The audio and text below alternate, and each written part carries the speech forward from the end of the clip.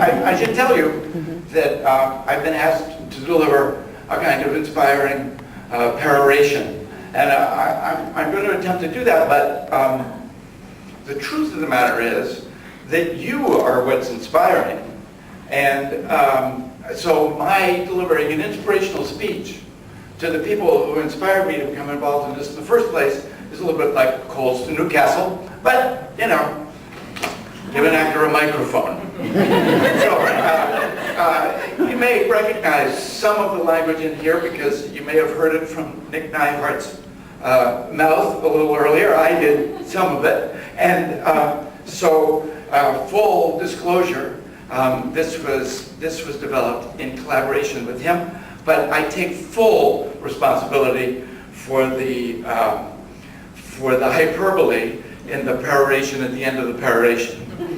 So, thank you. It's so wonderful to see so many of you still here, and that really is wonderful. We're both grateful.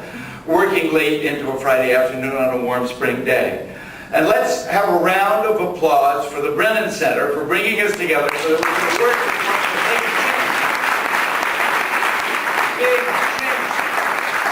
to come to this town. Just a few miles from here, our representatives and senators spend their time passing judgment. Actually, I'm pointing over there. I'm not sure where Capitol Hill is from here.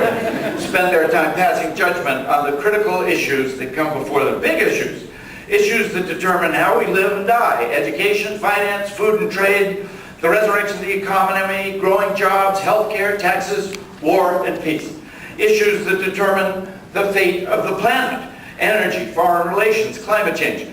What we do and do not do about the air, the earth, and the seas. Every one of us is a stakeholder in what goes on under that dome, of course, just down the road. And so, therefore, the process by which these women and men who represent us are elected and the conditions under which they serve are vital to us all. What is done is always the child of how it comes to be done. Our politics is Exhibit A. I don't come to Washington every day, and I will never run for any office. So, from the outside, looking in, I've got to say, there are things in this town that just don't make any sense. We ask our lawmakers to come here and in deliberative fashion solve the most complex problems. At the very same time, the system requires them to drop their assignment to find solutions and instead go out and raise campaign money, lots and lots of it. We expect them to fairly regulate competing interests for the common good day by day. And then they must turn around and take money from the same groups at night. In campaign season, we want the voters to be the most important focus of every candidate's attention, but the system demands our candidates to make donors their focus hour after hour, week in and week out, during the election, and every day they're in office. Strangers from hundreds or thousands of miles away for money. We want our politicians to be leaders, and we make them beggars. We want to live in a democracy. We turn our elections into auctions. It gets worse every 2 years as new fundraising records are set. As Senator Dick Durbin says, the present system is simply unsustainable. So, you're all here to make things right. That's very good. United in an effort to win public financing through the Fair Elections Now Act. Visionary groups are represented here that have tirelessly worked this issue day and night for years, and that are in it until we win. In addition to the Brennan Center, let me recognize Americans for Campaign Reform and Change Congress, Common Cause and Democracy Matters, Public Campaign, my particular favorite, and Public Citizen, as well as USPIRG. For this movement and for this bill, we have extraordinary leaders on the Hill. Assistant Majority Leader Dick Durbin and Arlen Specter in the Senate, and Democratic Caucus Chair John Larson, and Republican reformer Walter Jones in the House, all serving as lead sponsors. I've met with Senator Durbin and Representative Larson, and can tell you that they are fully committed to bringing fair elections to passage. You probably already know what Senator Durbin said last week about Congress. When the bill to protect consumers from powerful financial interests failed, he said the banks own the place. You've heard this. This roll call of leaders wouldn't be complete without recognizing Representative Shelley Pingree, who came here to conspire with all of you today. She's as fired up as anyone on this issue. She's seen the fair election system firsthand in Maine. She knows it works. Finally, we've had the White House represented here today through Norm Eisen from the White House Counsel's Office. What a change it is to have a friend in the White House on these issues.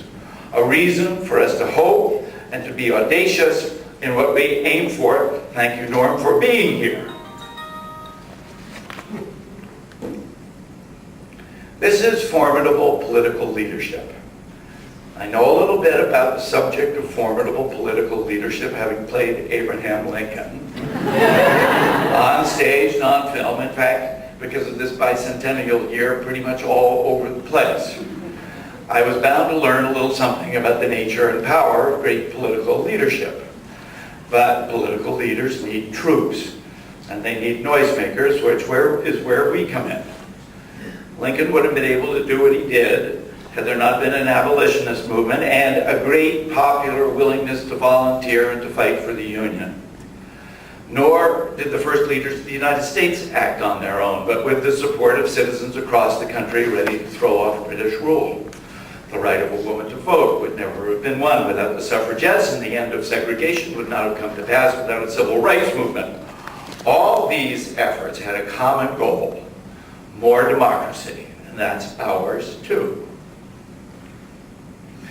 The last 20 years, the last election, showed that success belongs to the citizens who get up on their feet, act on what they believe, and keep at it until they're heard. You all know this. I'm just reminding you of what it means for us. We are the troops and the noisemakers for fair elections. American democracy is forever a work in progress. It remains the last best hope for the world, and it lives on the likes of you. Let's leave this room today pledged to sharpen our arguments and turn up our loudspeakers so the public will know in good time, while this act is alive in Congress, that the change they've waited for so long, this change, is already in the wind, is ready to be born, and that it just needs a big push to move from being a bill pending in Congress to becoming the law of the land. There's so much news now. Most people don't know that this help is on the way, or even that it's in the works. Of all the amazing things going on in the world, one of the most amazing is how little that this is in the news.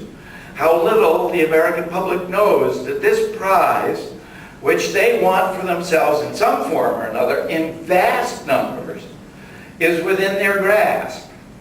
Let's be sure that they do. Let's be sure the public knows.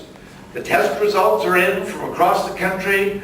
The fair election system, or something very like it, is lawful, just, fair, and efficient.